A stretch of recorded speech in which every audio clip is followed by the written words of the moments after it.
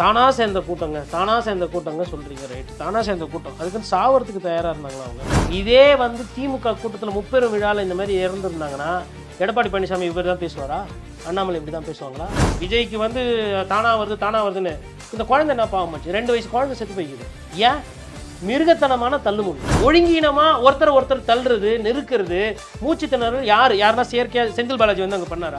ஆதவ அர்ஜுனா தான் கோர்ட்டுக்கு போயிருக்காருன்னு நினைக்கிறேன். எந்த அர்ஜுனாவும் வேணாம், வெளியில வந்து தலை காட்ட முடியாம ஓடி ஒளிஞ்சுக்கிட்டு இருக்கிறாங்க. போக வேண்டிய இடம் கோர்ட் இல்ல.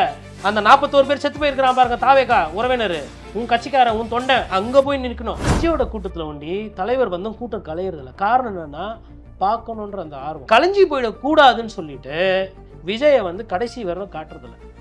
இது தப்பா இல்லையா? விஜய் கரூர்ல தோக்குறாரு. யார்கிட்ட தோக்குறாரு? ஊழல் குற்றச்சாட்டுக்கு ஆளாகி ஊழலால் பதவி போய் 10 ரூபாய் அமைச்சர் என்று பெயர் பெற்ற செந்தில் பாலாஜி கிட்ட விஜய் தோப்பார்.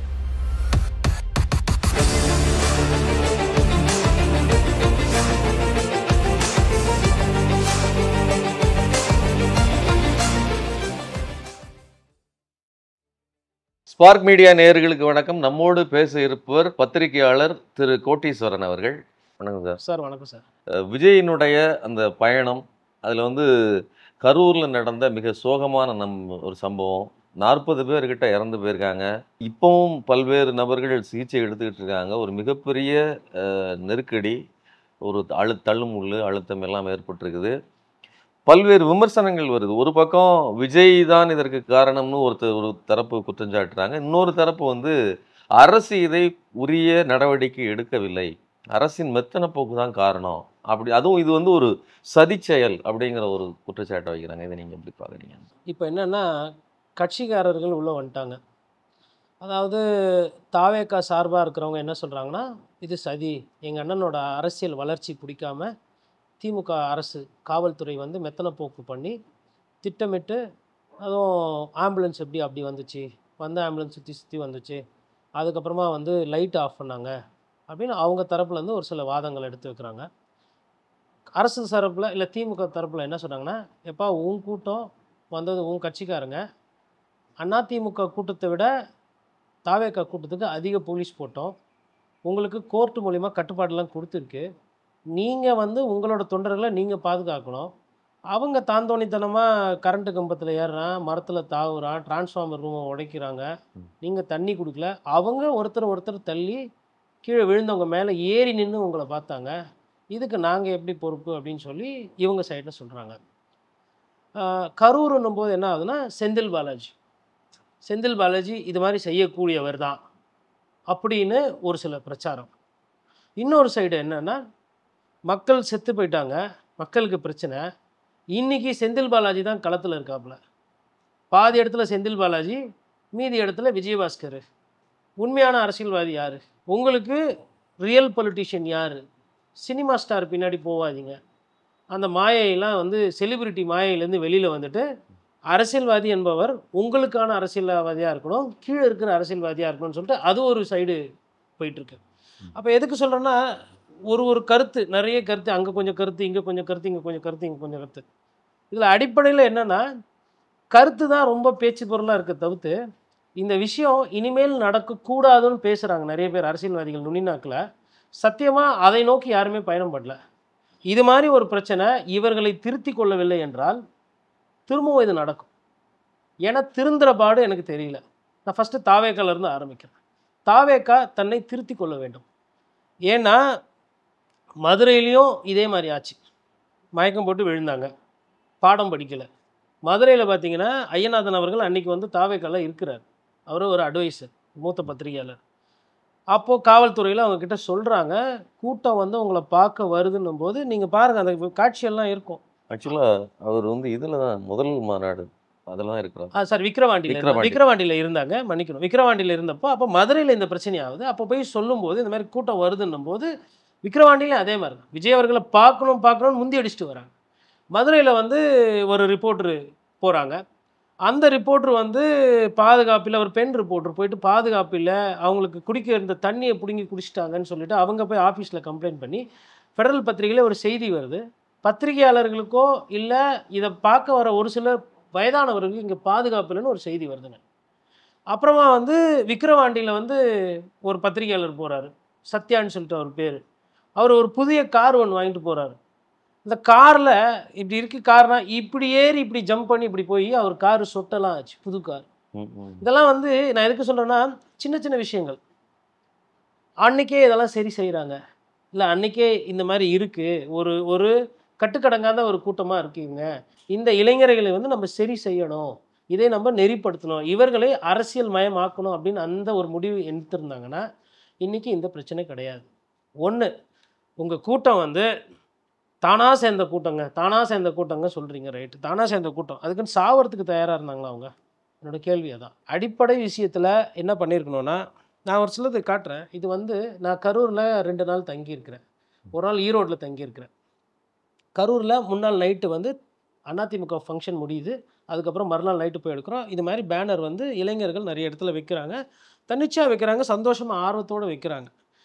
இது வந்து கரூரில் நம்ம இந்த ஆக்சிடென்ட் ஆச்சு இல்லைங்களா, தள்ளுமுள்ளு நடந்து பாருங்கள், அந்த அசம்பாவித மீட்டிங்லேருந்து ஒரு உள்ளே போகிற ரோடு, இந்த ரோடு வந்து முட்டு சந்து. இது வந்து என்னென்னா, விஜய் கூட்டம் சேர்ந்தப்போ வீடு எல்லாம் பூட்டியிருக்கு. என்னென்னா விஜய் அவர்களை பார்க்கணும், கிட்ட போய் பார்க்கணுன்ற அந்த ஆர்வம். திமுகவோட சின்னம் போட்டிருக்க வீட்டும் பூட்டியிருக்கு, ரெட்டலை சின்னம் வரைஞ்சிருக்கிற, இல்லை ரெட்டலை அந்த நமக்கு ஒரு சில வீடுகளில் வந்து பார்த்திங்கன்னா ஒரு சில தலைவர்கள் ஃபோட்டோ இல்லை போட்டிருப்பாங்க, இதில் வந்து ஒன்றிணைவோமாலாம் அதிமுக வீடு அது மாதிரி இருக்குன்னா அவங்களும் வீடு பூட்டி இருந்தது. அப்போ என்னென்னா அந்த ஊரே வந்து விஜயை பார்க்கணும் அப்படின்ற எண்ணோட்டத்தில் இருக்கிறாங்க. இது வந்து காலையில் சூரியன் வர்றது, காலையில் பிரேக்ஃபாஸ்ட் சாப்பிடும்போது போய் பார்த்தப்போ எடுத்த படம் இது. அப்போவே பாருங்கள் ரோட்டில் 2 சைடும் வந்துட்டாங்க கரூரில். இது வந்து மதியம், நல்ல வெயிலில் கூட்டம் இன்னும் 3 மடங்கு ஏறிடுச்சு இதற்கு. இந்த இடம் நிற்கும்போது நாமக்கல்லில் வந்து அவர் வந்து சேர்றார். ஆனால் இந்த கூட்டம் வரும்போதே அவர் இங்கே வந்திருக்கணும், ஏன்னா இது 2:30 மணி 3 மணிக்கிட்ட சாப்பாட்டுக்கு அப்புறம். அப்போ விஜய் அவர்கள் வந்து ஒரு காலதாமதமாக வர அந்த வழக்கத்தை வச்சுருக்காருல்ல, 8 மணி சொன்னால் 12 மணிக்கு கிளம்புறது, லேட்டாக எழுந்திரிக்கிறது. சீக்கிரமாக ஒருத்தர் எழுந்துட்டாங்கன்னு வச்சுக்கோங்களேன், நான் வந்து அடிப்படையாக பேசுகிறேன், எழுந்துட்டாங்கன்னா என்ன பண்ணுவாங்க, ஏஞ்சிட்டோம் குழப்ப பார்ப்போம் வேலையை பார்ப்போன்னு தானே போவாங்க. அப்போது ஸ்டார்டிங் வந்து ஏர்லி பேர்ட் கேச்சஸ் த ப்ரே என்று சொல்லுவாங்க ஆங்கிலத்தில். இவர் வந்து ஒரு பகுதிக்கோ ஒரு தொகுதிக்கோ வர்றதே லேட்டு, காலதாமதம். அப்போ லேட்டாக வரும்போது என்ன ஆகுனா, இது வந்து பார்த்திங்கன்னா இது வரையிலும் பிரச்சனை கிடையாது. இந்த புகைப்படம் எடுத்தப்போ மணி வந்து 6:45 6:50 இருக்கும். இதெல்லாம் வந்து ஆள் வச்சில நானே என்னோட செல்லிடையில் எடுத்தது. இது வரையிலும் வந்து பார்த்திங்கன்னா கூட்டம் வந்து ஓரளவுக்கு அந்த தள்ளுமுள்ளு கிடையாது. ஆங்கிலத்தில் ஸ்வே என்று சொல்வார்கள். ஆங்கிலத்தில் சொல்கிறத விட டிசாஸ்டர் மேனேஜ்மெண்ட், 2005 டிசாஸ்டர் மேனேஜ்மெண்ட், பேரிடவு, ஒரு பேரழிவு வருது, பேரிடர் அப்படின்னா என்னெல்லாம் அறிகுறி அப்படின்னு அதில் இருக்கும். அதில் வந்து இந்த மேன்மேட் டிசாஸ்டர்னு ஒரு பக்கம் இருக்குங்க. அதில் வந்து ஒரு கூட்டம் இருக்குது, அந்த கூட்டம் வந்து நேராக நிற்காம இப்படி அலையாக போச்சுன்னா அந்த இடம் வந்து டைம் பாம்னு அர்த்தம். அந்த இடம் டைம் பாம். இது வந்து அறிவியல். இது வந்து சுனாமி காலத்தில் இது மாதிரி நடந்ததுக்கு பிறகு அதாவது மனிதர்களால் மேன்மேட் டிசாஸ்டர்னாலும் சரி, இயற்கையாக வந்த மேன்மேட் டிசாஸ்டர்னாலும் சரி, அதுக்குன்னு ஒரு தனி டிபார்ட்மெண்ட் போட்டு பண்ணுறாங்க. ஒரு க்ரௌடு கோயிலில் ஒரு கும்பமேளா நடக்குதுன்னா அப்போ கூட்டம் வந்து எவ்வாறு இருக்கணும், கூட்டத்தில் இந்த அலை வர ஆரம்பிச்சிச்சுன்னா அது வந்து சரி கிடையாது, எப்போ வேணால் தள்ளுமுள்ளாகவும் யார் வேணால் சாவலான்றது அந்த அறிவியல். அந்த ஸ்வே வந்து இது கரூரில் ஒண்டி வரலைங்க, நாகப்பட்டினத்தில் ஒண்டி தான் இந்த ஸ்வே வந்து கம்மியாக இருந்துச்சு. திருச்சியில் அந்த ஸ்வே இருந்தது, அரியலூரில் அந்த அலை இருந்தது, அந்த மக்கள் அலை. அந்த அலை வந்து என்ன ஆகுனா இப்படி போகும்போது தள்ளுமுள்ளில் யாரோ ஒருத்தர் தடிக்கு கீழே விழுந்துட்டாங்கன்னா இந்த சத்தத்தில் பக்கத்தில் இருக்கவங்க காலை மெரிச்சிருவாங்க, கையை மெரிச்சிருவாங்க, அவங்களால ஏஞ்சிக்க முடியாது, யாரை மெரிக்கிறாங்கன்னு தெரியாது. இப்படி தான் தள்ளுமுள்ளு கொடூரமான சாவு. அது உங்களால் மூச்சு விட முடியாது, நெஞ்சில் மெரிப்பாங்க, படாத இடத்துல. ஒரு குழந்தைக்கு வந்து இந்த இடுப்புக்கு கீழே இருக்கக்கூடிய உறுப்புகள்லாம் செதைஞ்சி இறந்து அந்த அப்பா வந்து அது தெரிஞ்சவொன்னே அங்கே வயிற்றில் அடிச்சுட்டு அழுகுறார் நைட்டு. அந்த இந்த விளக்கெல்லாம் கொடுக்குறாங்கல்ல, இவங்கெல்லாம் போய் அந்த அப்பாவெல்லாம் வந்து மூஞ்சிக்கு நேராக பார்த்தா வந்து அவர் எதை கட்டிட்டு அடிப்பாருன்னு தெரியாது. அவருமே பாதிப்பில் இருக்கிறார், வருத்தத்தில் இருப்பார். யாரும் இவங்களுக்கு சத்தியமாக தெரியாது. போனவங்களுக்கு இப்படி ஒன்று நடக்கும், இப்படிலாம் ஆகும்னு சத்தியமாக தெரியாது. அவங்க என்ன நினச்சாங்கன்னா, விஜயை கிட்ட போய் பார்த்தா சந்தோஷம், விஜயை பார்த்தோம் அப்படின்னு போய் ஊரில் எல்லாருக்கிட்டும் பேசலாம் கொள்ளான்னு. ஆனால் அந்த மாதிரி ஒரு நிகழ்வு எந்த இடத்துலையுமே விஜய் அவர்கள் கொடுக்கல. கரூர் கடைசி நாகப்பட்டினத்தில் வந்து விஜயை வந்து குடும்பமாக போனவங்க கிட்ட இருந்து பார்த்தாங்க. நிறைய இடத்துல வந்து பார்க்கல.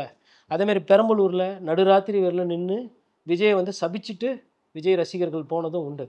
என்னன்னா காட்சி ஊடகங்கள் அனைத்துமே வந்து விஜய்க்கு கூட்டம் வருது, விஜய் நல்லா வளர்றாரு, மாற்று சக்தியாக வந்துட்டாரு, அவர் தான் திமுக தாவேக்கா அப்படின்னு சொன்னாங்க இல்லைங்களா? அந்த நரேட்டிவை வந்து ஊடகங்கள் வந்து பிலீவ் பண்ணி அதை தான் வந்து சேர்த்தாங்க. அதில் ஒரு சில என் போன்ற மூத்த பத்திரிகையாளர், நான் இல்லை அந்த லிஸ்ட்டில், வெக்கமே இல்லாமல் 20% வரும் விஜய்க்கு, 30% வரும் அப்படின்ற மாதிரி சொல்கிறாங்க. நான் என்ன ஒன்று சொல்கிறேன்னா, எனக்கும் அவர்களுக்கும் அப்படி கிடையாது, பிரச்சனை கிடையாது.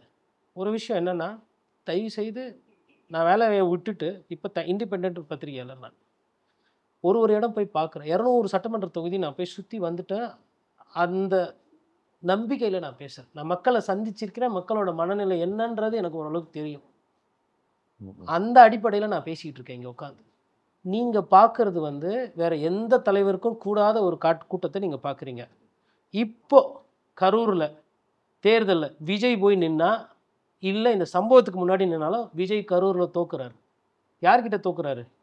ஊழல் குற்றச்சாட்டுக்கு ஆளாகி ஊழலால் பதவி போய் 10 ரூபாய் அமைச்சர் என்று பெயர் பெற்ற முன்னாள் அமைச்சராக இருக்கக்கூடிய செந்தில் பாலாஜி கிட்ட விஜய் தோப்பார். இந்த 41 நிகழ்வே மறந்துடுங்க. இது இல்லாமல் தேர்தலை நீங்கள் நிற்க வச்சிங்கன்னா விஜய் வந்து செந்தில் பாலாஜி கிட்ட தோப்பார். இது எப்படின்னா, இதற்கு முன்னால் நான் போய் பேசுகிறேன் இல்லைங்களா, டீ கடை, பேக்கரி, ஒரு ஆட்டோ ஓட்டுறவர், இல்லை லாரி துடைக்கிறவர், ஸ்கூல் போகிற பசங்க, அவங்கக்கிட்டலாம் கேட்கும்போது ஸ்கூல் போகிற பிள்ளைகள் வந்து சொல்கிறாங்க விஜய்.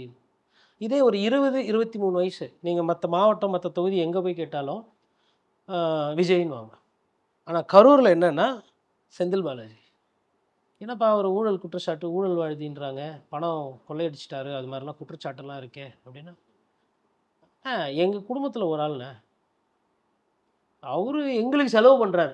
அதாவது என்னன்னா செந்தில் பாலாஜி பண்ணி வச்சுருக்காரு, நான் சம்பாதிக்கிற பணம் அது எப்படி வருது, ஊரடிச்சு உலையில போடுறேன்னா அது எப்படி வருதுன்றது முக்கியம் இல்லை, என் தொகுதி மக்களுக்கு நான் செலவு பண்ணுறேன்.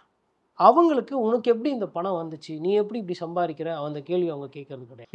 இந்த இடத்துல தான் செந்தில் பாலாஜி அவர்கள் இந்த விஜய்க்கு வருகிற இந்த அலையை, இப்போ நீங்களே ஒரு விஷயத்தை ஒத்துக்கிடுறீங்க. என்ன அப்படின்னா, பல பிரச்சனைகள் இருந்தாலும் செந்தில் பாலாஜி அவர்கள் மேல் ஒரு அங்கே இருக்கக்கூடிய பொறுப்புள்ள அல்லது ஒரு குடும்பஸ்தர்கள் வந்து அவரை ஆதரிக்காங்கன்னு வச்சுக்கோங்களேன். இளைஞர்கள் இவ்வளவு பெருசாக வந்து ஒரு எதிர்த்தரப்பு இருக்கும்போது, அவரை எதிர்க்கும் போது அல்லது அவருக்கு மாற்றாக பேசும்போது அவருக்கு ஒரு உள்ளூர ஒரு இது இருக்காது. அதை இவர் திட்டமிட்டு பயன்படுத்தி கொண்டார் அப்படிங்கிறது தான் தாவேக தரப்புல சொல்லப்படுகிற குற்றச்சாட்டு. அது மட்டும் இல்லை, ஒரு பிரச்சனை நடக்கு, அடுத்த நிமிஷமே ஏதாவது அந்த பிரச்சனை நடக்கும் என்று உங்களுக்கு எப்படி தெரியும் அப்படிங்கிற கேள்வி கேட்குறேன். ரொம்ப கரெக்டான இடத்துக்கு வந்திருக்கீங்க. செந்தில் பாலாஜி புனிதர்னு நான் சொல்லலை. தாவேக்கா எழுப்புகிற கேள்விகளில் நியாயம் இல்லை, சந்தேகம் இல்லை நான் சொல்ல. கேள்விகள் வரணும். மேபி நடந்திருக்கலாம். இது வந்து ஒரு பொலிட்டிக்கல் சபட்டேஜாக இருக்கலாம், அரசியல் காழ்ப்புணர்ச்சிக்காக கூட பண்ணியிருக்கலாம். புரியுதுங்களா? நம்ம வந்து நீதி விசாரணை நடக்குது, மற்ற காவல்துறையெல்லாம் விசாரிப்பாங்க, இந்த கோணத்துலையும் விசாரிக்கும். செந்தில் பாலாஜி அவர்கள் இது மாதிரி செஞ்சுருக்கலாமா, இல்லை அவருக்கு எப்படி தெரியும் அப்படின்னு. ஆனால் செந்தில் பாலாஜி எப்படி சீக்கிரமாக வந்தார் கேட்டாங்க பாருங்க கேள்வி. அவர்களுக்கு நான் சொல்ல ஒரு விஷயம் என்னென்னா, அங்கே போய் ஊரில் கேட்கும்போது நல்லது கெட்டது எதுவாக இருந்தாலும் செந்தில் பாலாஜியும் சரி விஜயபாஸ்கரும் சரி இந்த ஊரில் மக்களுக்குன்னா உடனே வரக்கூடிய தன்மை படைத்தவர்கள்னு அந்த மக்கள் சொல்கிறாங்க. இது என்னோட வாதம் கிடையாது. நீங்கள் 2 பேருமே கொஞ்சம் நம்பர் கொடுத்துருக்காங்க. விஜயபாஸ்கர் ஏங்க தோத்தாரு அப்படின்றது நம்மளோட கேள்வி. அந்த மக்கள்கிட்ட முன்னாடி என்ன சொல்கிறாங்கன்னா, கஷ்டப்பட்டாங்க, இந்த வேல்சாமிபுரம் இருக்குது பாருங்கள், அது பக்கத்தில் இருக்கிற ஒரு 2 வார்டில் தான் இவர் தோக்குறாரு. யார்? முன்னாள் அமைச்சர் தோக்குறாரு. அப்போ கேட்கும்போது என்ன சொல்கிறாங்கன்னா, எம்ஆர் விஜயபாஸ்கரை விட செந்தில் பாலாஜி வேகம் ஜாஸ்தி. இப்போ நீங்கள் ஃபோன் பண்ணி ஆனால் இந்த மாதிரி ஒரு நம்ம வீட்டில் வந்து ஒரு இது ஆகிப்போச்சு, டெத் ஆகிப்போச்சு அப்படின்னு சொன்னீங்கன்னா, விஜயபாஸ்கர் வர்றதுக்கு 2 மணி நேரம் 3 மணி நேரம் ஆகுதுன்னா, செந்தில் பாலாஜி வர்றதுக்கு முன்னாடியே செந்தில் பாலாஜி டீம் வந்து அந்த சாவு வீட்டில் நின்றுவாங்க. அண்ணா அமிச்சார், குளிச்சிக்கிட்டு இருக்காரு, இதோ வராரு.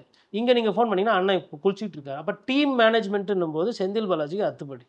இது ஒரு கோயில் திருவிழாவில் இல்லை 2 பேருக்கு வந்து குடும்ப தகராறில் பிரச்சனை எதுவாக இருந்தாலும் போலீஸ் ஸ்டேஷனுக்கு போகிறத விட செந்தில் பாலாஜி கிட்ட போனால் அவர் உட்காந்து பஞ்சாயத்து பண்ணி முடிச்சு விட்டுருவாருன்னு நம்புகிறாங்க. அங்கே அந்த அளவில் ஊறி போயிருக்கிற ஒரு ஆள் அந்த ஊரில் போயிட்டு இந்த மாதிரி ஸ்வே வந்து நீங்கள் பண்ணும்போது உஷாராக இருக்க வேண்டியது யார்?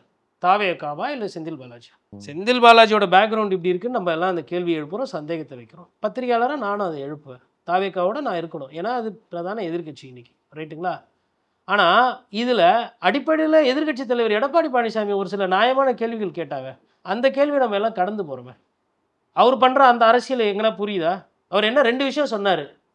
ஒன்று, விஜய் இந்த நேரத்தில் தாக்கி பேசலை, விஜயை தூக்கியும் பேசல தாக்கியும் பேசல, அடிக்கலை விஜய். அதற்கு முன்னால் விஜய் என்ன சொன்னார்?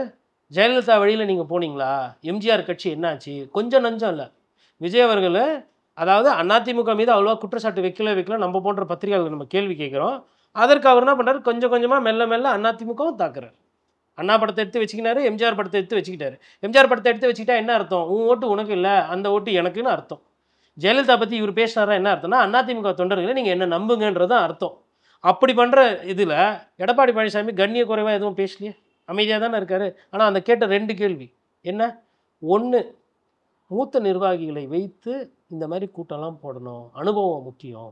ஏன்னா ஒரு கூட்டம் எவ்வளோ சேரும்? இப்போ எங்கள் கட்சியில் கூட இருக்கோம், நாங்கள் கூட மதுரையிலலாம் கூட்டம் போட்டோம், 10 லட்சம் 12 லட்சம் வருவாங்க மாநாடுனா. அதுக்கு ஒரு செயல்முறை இருக்குது, அதுக்கு ஒரு திட்டம் இருக்குது, அதை எடுத்து பண்ணணும். இது அவர் சொன்ன ஃபஸ்ட்டு. இதுக்கு வந்து எடப்பாடி பழனிசாமி வேணும்னு கிடையாதுங்க. இதற்கு வந்து ஒரு 60 வயசு அரசியல் அனுபவம் இருக்கிற யார் போய் நீங்கள் தமிழகத்தில் கேட்டிங்கனாலும் ஆமாப்பா கூட்டம் போட்டால் பார்த்து போடணும் அப்படின்றது புரிதல். 2வது அவர் சொன்ன விஷயம் என்னென்னா, போலீஸ் பாதுகாப்புன்னு கொடுத்து நம்பினா அது நம்ம தப்பு. அந்தந்த கட்சி தலைமை அந்தந்த தொண்டர்களை பார்த்துக்கணும்னு சொல்கிறார். ஏன்னா இதே இடத்துல கரூரில் தாவேக்கா போகிறதுக்கு முன்னாடி எம்ஆர் விஜயபாஸ்கர் ஒரு ஹைவேல பெயிண்டிங் போட போகிறாங்க. காவல்துறை ஆய்வாளர் ஒரு லேடி இன்ஸ்பெக்டர் வந்து முடியவே முடியாதுன்னு சொல்லி அங்கே பிரச்சனை பண்ணுறாங்க. அதே மாதிரி இன்னொரு இடத்துல ஒரு இன்ஸ்பெக்டர் வந்து இங்கெல்லாம் நீ பெயிண்ட் அடிக்கக்கூடாது, போஸ்டர் ஒட்டக்கூடாது, சோரொட்டி ஒட்டக்கூடாதுன்னு சொல்லிட்டு நெருக்கடி. அப்போ இவர் சொல்கிறாரு, இதெல்லாம் வந்து இதில் ஊடகத்தில் வந்திருக்கா என்னன்னு தெரியுது, நான் பார்த்தது. அப்புறம் கட்சிக்காரர்கள் அங்கே இருக்கவங்க சொன்னது, ஏங்க இப்படியெல்லாம் பண்ணால் எப்படிங்க, இது முறையா? நானும் வந்து ஒரு முன்னாள் அமைச்சராக இருந்தேன், நானும் சட்டமன்ற உறுப்பினராக இருந்தேன், இதெல்லாம் வந்து அநியாயம் அப்படின்னு. அதெல்லாம் கிடையாதுங்க, நீங்கள் போய் மேலே பேசிக்கோங்க. இப்போ இதுக்கெல்லாம் காரணம் யாராக இருப்பார்? செந்தில் பாலாஜி. அப்போ அந்த இடத்துல விஜயபாஸ்கர் என்ன பண்ணுறாருன்னா, அதிமுகன்ற அந்த பலம் வாய்ந்த ஒரு கட்சி, எதிர்கட்சி, அது என்ன பண்ணுதுன்னா பிரச்சனை பண்ணுது. நான் ஒட்டுவேன், நான் போஸ்டர் ஒட்டுவேன், நான் பேனர் வைப்பேன், உன்னால் ஆனதை பார்த்துக்க. தாவேக்காவோட நிலைமை என்ன? காவல்துறை அனுமதி மீறி வாங்கி பண்ணணும். இப்போ அதிமுக வந்து அந்த இடத்துல போஸ்டர் ஒட்டி பேனர் ஒட்டும் போது எதனா பிரச்சனை ஆகுதுன்னா அதை பிடிச்சி உடனே ஹைகோர்ட்டில் போடுவாங்க. அதிமுக பிரதான எதிர்கட்சின்னும் போது அந்த கேஸு ஃபாஸ்ட்டாக வரும். தாவேக்கா ஒரு வழக்கு போடுதுன்னா தள்ளி வரும். ஒரு பொலிட்டிக்கலில் முக்கியத்துவம் வந்து கோர்ட்டுமே ஒரு சில நேரத்தில் எப்படி பண்ணுதுன்னா, அந்த மேட்டரோட சீரியஸ்னஸ் யார் ரெப்ரசென்ட் பண்ணுறாங்கன்ற. இப்போ கலைஞருக்கு வந்து நீங்கள் சொல்கிற அதே இதை தான் வந்து தாவேக தரப்புலையும் சொல்கிறாங்க. எங்களுக்கு உரிய பாதுகாப்பு கொடுக்கப்படவில்லை, 500 போலீஸ் அவ்வளோதான் கொடுத்துருக்காங்க. நீங்கள் வந்து அங்கே நீங்கள் விக்கிரவாண்டி இதெல்லாம் வந்து 8000 போலீஸ் கிட்ட இருந்தாங்க அந்த கூட்டம் நடந்த போது. இது ஒரு பக்கம். இன்னொன்று, விஜய் தரப்பில் வைக்கப்படுகிற குற்றச்சாட்டையே தான் அண்ணாமலைன்னு சொல்கிறார். நீங்கள் வந்து அது எப்போ சொல்கிறாரு அண்ணாமலை விஜய் வைக்கக்கூடிய குற்றச்சாட்டை? 40 பேர் இறந்ததுக்கு பிறகு சொல்கிறாரு. இப்போ அதே குற்றச்சாட்டை ஏன் வந்து, அதாவது காமன் எதிரி திமுக யாருக்கு? அண்ணாமலைக்கும், அதாவது அண்ணாமலைக்கு இல்லை, பிஜேபிக்கும் தாவேக்காக்கும் காமன் எதிரி திமுக, அதிமுகவுக்கும் காமன் எதிரி திமுக, சீமானுக்கு காமன் எதிரி திமுக.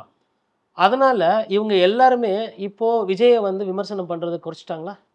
விஜய் கூட இந்த நேரத்தில் அப்படியே மறைமுகமாக பின்னாடி இருக்கிறத நம்ம பார்க்க முடியுதா?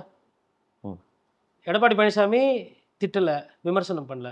இதே வந்து திமுக கூட்டத்தில் முப்பெரும் விழாவில் இந்த மாதிரி இறந்துருந்தாங்கன்னா எடப்பாடி பழனிசாமி இவர் தான் பேசுவாரா? அண்ணாமலை இப்படி தான் பேசுவாங்களா? அப்போ அந்த அரசியல்வாதி வார்த்தை மாற்றி பேசுவோம்ல, நம்ம அப்படி பேச முடியும். நம்மளோட வேலை இவர்களுக்கு கோடிட்டு காட்டுவது. அப்போ என்ன நினைக்கிறாங்கன்னா, விஜய் வந்து இன்றைக்கி திமுக அடிக்குது, விஜய்க்கு நம்ம வந்து ஒரு சப்போர்ட் கொடுப்போம், மென்டல் சப்போர்ட் கொடுப்போம்னு சொல்லிட்டு இவங்கெல்லாம் அடக்கி வாசிக்கிறாங்க. நான் அப்படி புரிஞ்சுக்கிறேன். இதுக்கு மேலே யாருன்னா அதிகமாக வாசிக்கிறாங்க, சப்போர்ட் பண்ணுறாங்கன்னா நான் அதை எப்படி புரிஞ்சுக்குவேன்னா, விஜயை கூட்டணிக்கு வர வைக்கிறதுக்கு உண்டான வேலை நடக்குதுன்னு நான் புரிஞ்சுக்குவேன். கிட்டத்தட்ட கவர்னர் வந்து ஆல்ரெடி அறிக்கை வந்து கேட்டிருக்கிறாரு. குறிப்பாக சொல்லணும்னா, கராத்தே தியாகராஜன் அவர்கள் ஒரு ட்வீட் போட்டிருக்காரு இந்த பிரச்சனை நடக்கிறதுக்கு அன்றைக்கி மதியம் டைமில். என்னன்னா, இங்கே ஏதோ அசம்பாவிதம் நடக்க போகுது அப்படின்ற மாதிரி அறிகுறிகள் தெரியுதுன்ற மாதிரி. அப்போ கராத்தே தியாகராஜன் சென்னையில் இருந்த ஒரு முன்னாள் மேயர். அவர் வந்து சென்னையில் நடந்தக்கூடிய பேரிடர்லாம் பார்த்தவர். நான் சொன்னக்கூடிய அந்த க்ரௌட் மேனேஜ்மெண்ட் இருக்குது பார்த்தீங்களா, அதை வந்து புசி ஆனந்தை விட கராத்தே தியாகராஜனால் வீகிக்க முடியுன்றது என்னோட புரிதல். ஏன்னா சென்னைக்கு ஒருத்தர் மேயராக இருக்கிறாங்கன்னா, இப்போ நாளைக்கு பிரியா சகோதரி அவங்களே நீங்கள் அந்த மாதிரி ஒரு தவறான மேயர், கெட்ட பேர் நிறைய இருக்குது அவங்களுக்கு.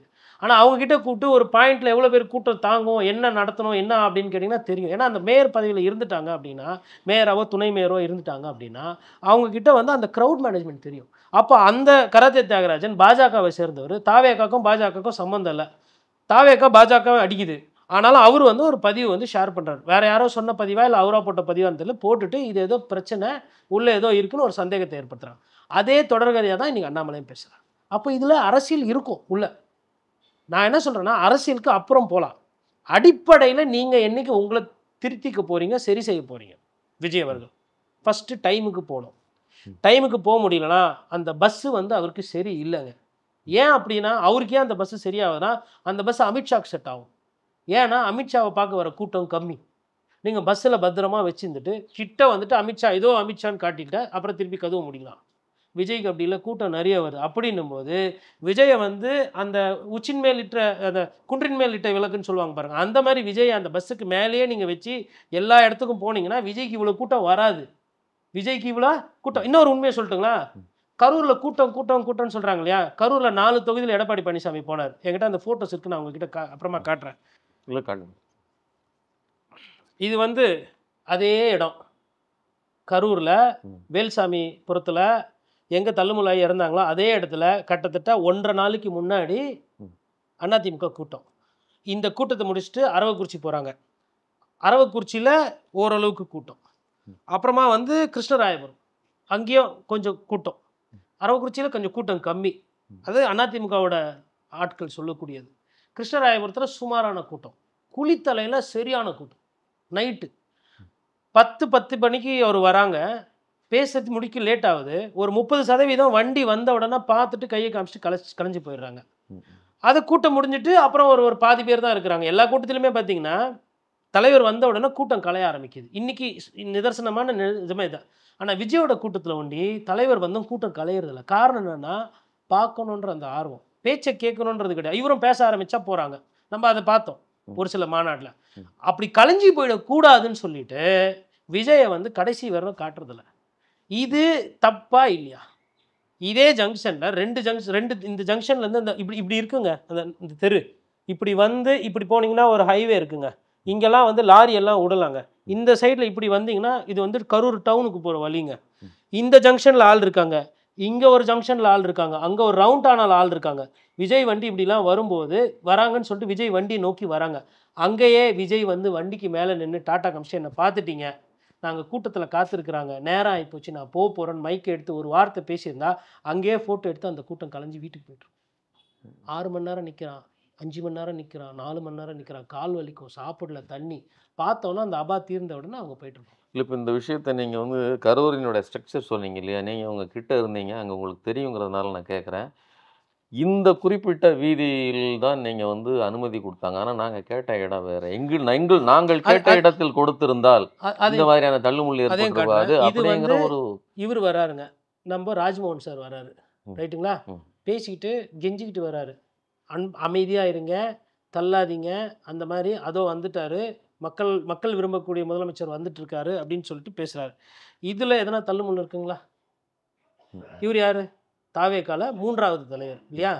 ஆதவர்ஜுனா, புஷி ஆனந்த், அதுக்கு அடுத்து தலைவரை விட்டுருங்க, 3வது கொள்கை பரப்பு செயலர். அந்த கட்சியினுடைய கொள்கையை திமுகவையும் அதிமுகவையும் பிஜேபியும் வசைப்பாடக்கூடிய கொள்கை பரப்பு செயலர், நல்ல தமிழுக்கு சொந்தக்காரர். இவர் வண்டி வருது, தள்ளுமுள்ளு இருக்கா? இல்லை, ரைட்டா? இவரையும் அவரையும் நான் கம்பேர் பண்ணலை. எந்த வித பிரச்சனையும் இல்லாமல் இந்த வண்டி போகுது. ஏன்னா இந்த வண்டிக்கு முன்னாடி ஒரு 2000 பேர் 3000 பேர் வரல. விஜய் வண்டி வருதுன்னா ஒரு 2000 பேர் அந்த வண்டி கூடவே வராங்க. அதுதான் பிரச்சனை. ஒன்று விஜயோட பஸ்ஸு, இன்னொன்று அந்த 2000 பேர் வரவங்க என்ன பண்ணுறாங்க, இருக்கிற ஜனத்தோட அவன் நெருக்குறான், போட்டு அமுக்குறாங்க. அப்போ என்ன ஆகுதுன்னா ஒருத்தர் தள்ளுமுள்ளு. இப்போ உங்கள் கணக்குப்படி நான் உங்களோட இல்லை, எனக்குன்னு கணக்கு இல்லைங்க. நீங்கள் முன்னாடியே வந்து நீங்களே ஒத்துக்கிட்டீங்க. நான் ஒத்துக்கிறதுக்குலாம் இதில் ஒன்றும் இல்லை, நான் பார்த்ததை சொல்கிறேன். இல்லை, இப்போ விஜய் மேல மட்டுமே குற்றச்சாட்டை வைக்க முடியாதுல்ல. நான் கேட்குறேன்னா, தன்னெழுச்சியான ஒரு கூட்டம். இன்னொன்று அந்த இதில் ரொம்ப குறிப்பாக சொல்ல வேண்டியது, நீங்கள் ஒரே பாதை, அது வந்து அதிமுக தலைவர் பொதுச் செயலாளர் எடப்பாடி பழனிசாமி வந்த அதே பாதைன்னா இடம் தான் சொல்கிறீங்க. அதெல்லாம் பெய்டு கூட்டம். அது வந்து ஒரு பிரியாணி பொட்டலமும் காசும் கொடுத்துக்கு வர்ற கூட்டம், இது தானா தன்னெழுச்சியாக வருகிற கூட்டம் அப்படிங்கிற பட்சத்துல கூட்டத்தின் ரெஸ்பான்சிபிலிட்டி தானே தவிர தலைவர் ரெஸ்பான்சிபிலிட்டி எப்படி இருக்க முடியும்? விஜய் மேல் எப்படி அந்த குற்றச்சாட்டுகளை கொண்டு போய் எடுக்க முடியும்? ஆனால் சொல்லிடுவாங்க, இந்த பிரியாணி குவார்டர் கொடுத்து வந்த கூட்டம், பிரியாணி கூட்டம்லாம் சொல்கிறீங்க ரைட்டா? குவார்டருக்கும் பிரியாணிக்கும் போன கூட்டம் சாவலை, சந்தோஷமாக குடும்ப குட்டியோட வீட்டில் இருக்குது ரைட்டா? ஐயா அறிஞர் அண்ணா, காமராஜர் எனக்கு ரொம்ப பிடித்த தலைவர்கள். இவங்கெல்லாம் நான் வேலை வெட்டி இல்லாமல் இலவசமாக சோறு போட்டாங்க? இல்லை அரிசி எதுக்கு படிக்க அரிசி உறுதி இது லட்சியம் நிச்சயம்னு சொல்லிட்டு எதுக்கு வாக்குறுதி கொடுத்தாரு?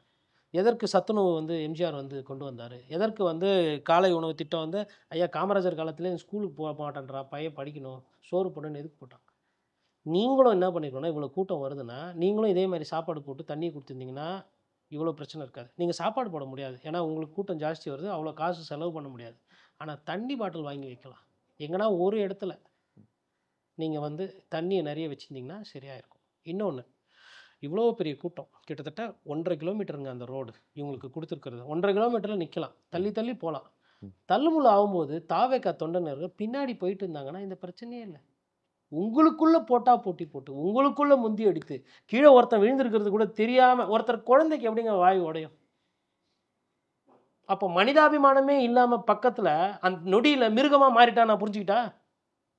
நீங்கள் கேட்குறீங்க விஜய்க்கு வந்து தானா வருதுன்னு. இந்த குழந்தை என்ன பாவம் பண்ணுச்சு? 2 வயசு குழந்தை செத்து போய்க்குது. ஏன்? மிருகத்தனமான தள்ளுமுள்ளு ரைட்டா? பக்கத்தில் இருக்கிறவன் உன்ன மாதிரி ஒரு மனிதன், பக்கத்தில் இருக்கிறவன் உன்ன மாதிரி ஒரு உயிர், அவனுக்கு ஒரு குடும்பம் இருக்குது, அவனுக்கு ஒரு பொட்டி இருக்குது, அவன் குடும்பத்தை காப்பாற்றணும். இந்த தள்ளுமுள்ளில் சாகக்கூடாதுன்ற எண்ணம் உங்களுக்கு இருந்திருந்தா விஜய் விட்டுருங்க, தாவேக்கா தொண்டர்கள் நடந்திருக்குமா? ஒழுக்கம் எங்கன்றதான் என் கேள்வி. ஒழுங்கீனமா ஒருத்தர் தள்ளுறது, நெருக்கிறது, மூச்சு திணறல் யாருன்னா செயற்கையா செந்தில் பாலாஜி வந்து அங்கே பண்ணாரா? நீங்கள் தானே இந்த தப்பை ஏன் நீங்கள் ஒத்துக்கவே மாட்டேன்றீங்க? டிரான்ஸ்ஃபார்மரு இருக்குன்னு தெரியுது, ஜென்ரேட்டர் ரூமு, அதை எதுக்கு உடச்சின்னு உள்ளே போனோம்?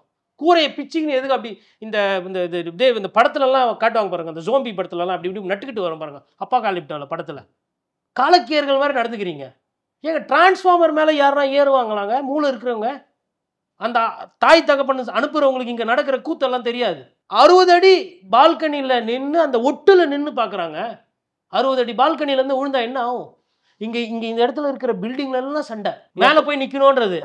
அவருடைய ரசிகர்கள் அல்லது தொண்டர்கள் அப்படி இருக்காங்கிறதுக்கு விஜயை எப்படி நீங்கள் குற்றம் சொல்ல முடியும்னா மறுபடியும் இது வரையிலும் நீங்கள் சரி செய்யலை. ஏங்க பிரியாணி கடையில் போயிட்டு திமுக காரன் ஒருத்தன் பாக்ஸிங் போட்டு சண்டை போட்டால் யாரை கேட்குறோம்? யாரை வந்து மக்கள் சாடுறாங்க? யாரை காரி உமிழ்கிறார்கள்? ஸ்டாலின் தானே. உன் கட்சி விசிட்டிங் கார்டு வச்சுட்டு இருக்கிறதுனால தானே அவன் போய் பிரியாணி கடையில் குத்து விடுறான். பியூட்டி பார்லரில் வந்து ஒரு முன்னாள் திமுக நிர்வாகி வந்துட்டு போயிட்டு ஒரு பெண்ணை வந்து ஆபாசமாக பேசி அடிக்கிறாரு, அதெல்லாம் கேட்குறோம்ல. அதே மாதிரி பாலியல் சீண்டலில் வந்து யாருன்னா ஒருத்தர் மாட்டினாங்கன்னா அந்த கட்சியோட தலைமையை இந்த கோர்வு கேட்கல. அப்போ இந்த தொண்டர்களோட இந்த பிஹேவியருக்கு யார் காரணம்? யாரை குற்றம் சாட்டுவீங்க? மற்றதுக்கெல்லாம் வந்து அதிமுகலையோ திமுகலையோ தொண்டர்கள் ஏதோ தப்பு பண்ணாங்க அப்படின்னா கேஸ் போடுறீங்க. கரூர்லேயே ஒரு சில அதிமுக நிர்வாகிகள் மீது கஞ்சா வழக்கு போடப்பட்டிருக்கு. கரூரில் என்ன சொல்கிறாங்கன்னா, செந்தில் பாலாஜி வந்து அரசியல் காழ்ப்புணர்ச்சிக்காக வேணும்ட்டே வந்து கட்சிக்காரங்களெல்லாம் கஞ்சா கேஸ் போட்டு வச்சிருக்கிறான்னு சொல்லிட்டு எடப்பாடி பழனிசாமி பேசுகிறார். அப்போ நீங்கள் என்ன எதிர்பார்க்குறீங்க அரசாங்கத்துக்கிட்ட? வாங்க விஜய் பிரச்சாரம் பண்ணுங்க, நாங்கள் தோத்துடுறோம், உதயநிதி ஸ்டாலின் முதலமைச்சர் ஆக வேணாம், திமுக தலைவர் ஸ்டாலின் அவர் தான் திமுகவில் கடைசி முதலமைச்சர், திமுக இதோட அழிஞ்சு போயிடணும், நீங்கள் வந்து கட்சி எடுத்து நடத்திக்கோங்கன்னு நினைக்கணுமா? நீங்கள் எப்படி அரசியல் பேசுகிறீங்களோ பண்ணுறீங்களோ அதே அரசியலையோ மறைமுகமாகவோ நேர்முகமாகவோ திமுக பண்ணுமா பண்ணாதா? அந்த புரிதல் உங்களுக்கு எங்கே போகுது? அப்போ அந்த மாதிரி ஒரு சூழ்நிலையில் கட்டுக்கடங்காத இந்த மாதிரி ஒரு கூட்டத்தை இப்போ எனக்கு ஒன்றும் பிரச்சனை கிடையாது. இன்றைக்கி கூட பாருங்கள் கோர்ட்டுக்கு போயிருக்காங்க சதி திட்டம்னு. போக வேண்டிய இடம் எதுங்க சொல்லுங்கள்? ஆதவ அர்ஜுனா தான் கோர்ட்டுக்கு போயிருக்காருன்னு நினைக்கிறேன். எந்த அர்ஜுனாவும் வேணாம், வெளியில வந்து தலை காட்ட முடியாம ஓடி ஒளிஞ்சுக்கிட்டு இருக்கிறாங்க. போக வேண்டிய இடம் கோர்ட் இல்ல. அந்த 41 பேர் செத்து போயிருக்கிறான் பாருங்க, தாவேக்கா உறவினர், உன் கட்சிக்காரன், உன் தொண்டை, அங்க போய் நிற்கணும். பிரச்சனை சண்டை இல்ல திட்டுறாங்க, கூட நெல்லு. அவங்களுக்கு தேவை சாஞ்சிக்கிறதுக்கு ஒரு தோல். பூரா கட்சிக்காரரும் விஜய் விஜய் விஜய் விஜயை பத்தியே பேசுறீங்களே தவிர்த்து செத்த அந்த 41 பேருக்கு இன்னும் எதுவுமே நீங்க பண்ணல. அவங்க கூட போய் நிக்கணும். அதில் ஒரு சிலருக்கு வந்து தாவாக்க கொடியோட போய் சாவணன் கூட இருக்கும், தலையில் எழுதியிருக்கோம், தொண்டனா இருப்பான். இல்லை அந்த நெருக்கடி அவ்வளோ பெரிய ஒரு உணர்ச்சி பொங்க இருக்கும்போது இவங்க போனாங்கன்னா இவங்களுக்கு எவ்வளோ பெரிய, இவங்களுக்கு அபாயம் போக வேணாங்க. புஷி ஆனந்த் அனுப்புங்க, ஆதவ அர்ஜுன் அனுப்புங்க, ராஜ்மோகன் அனுப்புங்க. மாவட்ட செயலாளர்லாம் செல்போனை சுவிட்ச் ஆஃப் பண்ணிட்டு ஓடி ஒளிஞ்சு பயந்து போயிருக்கிறாங்க. என்ன விதமான அரசியல் இது? ஏங்க, இந்த கள்ளக்குறிச்சி சதியை இரு- இரு- உடைக்கிறதுக்கு அவங்க நீதி நான் என்ன விசாரணை சொல்றேன்னா, சதிங்க, கள்ளக்குறிச்சி சாராய் சாவு, ரைட்டா? ம். 60 பேர் மேல செத்தாங்களா? திமுகவை அது மாதிரியான விமர்சனம் யாருமே பண்ணல. இது ஒரு ஒரு ஒரு தலைகுனிவான கேவலமான ஒரு விஷயம், காவல்துறையோட ஃபெயிலியரு, இதுக்கெல்லாம் நாண்டுகிட்டு சாவலான்னு சொல்லிட்டு எல்லாம் வண்டையா கேட்டாங்களா இல்லையா? நான் உட்பட பேசினேன். கள்ள சாராயம் குடிச்சு செத்தவனுக்கு 10 லட்சம் ரூபாய் ஒதுக்கி இருக்கிறாங்க, இதெல்லாம் வந்து ஒரு அரசாங்கமான்னு சொல்லிட்டு நானும் பேசியிருக்கிறேன், இப்பவும் பேசுவேன். ஆனால் அதெல்லாம் தொடச்சி போட்டுட்டு என்ன என்ன எவ்வளோ கேவலமாக பேசினாலும் பரவாயில்ல, நான் அரசியல் பண்ணணும் சொல்லிட்டு சைலண்ட்டாக ஒரு அமைச்சரையாக விட்டு விட்டு விட்டு விட்டு சரி பண்ணாங்களா? அப்புறமா என்ன பண்ணாங்க? எல்லாம் முடிஞ்சதுக்கப்புறம் முதல்வரே போயிட்டு அந்த கேள்வி இப்ப இவர்களும் கேக்குறாங்க. நீங்க கள்ளச்சாராயம் கள்ளக்குடி விதத்துக்கு அவ்வளவு வேகமெல்லாம் முதல்வர் இயங்கல, இந்த விஷயத்துக்கு உடனே போறாரு. என்ன ஐயா ஸ்டாலின் வந்து என்ன நேருவா இல்லை காமராஜரா வேகமாக உடனே செயல்படுறதுக்கு? அவர் ஆட்சியில் நடந்த அவலம், அதுக்கு எப்படி உடனே போவார்?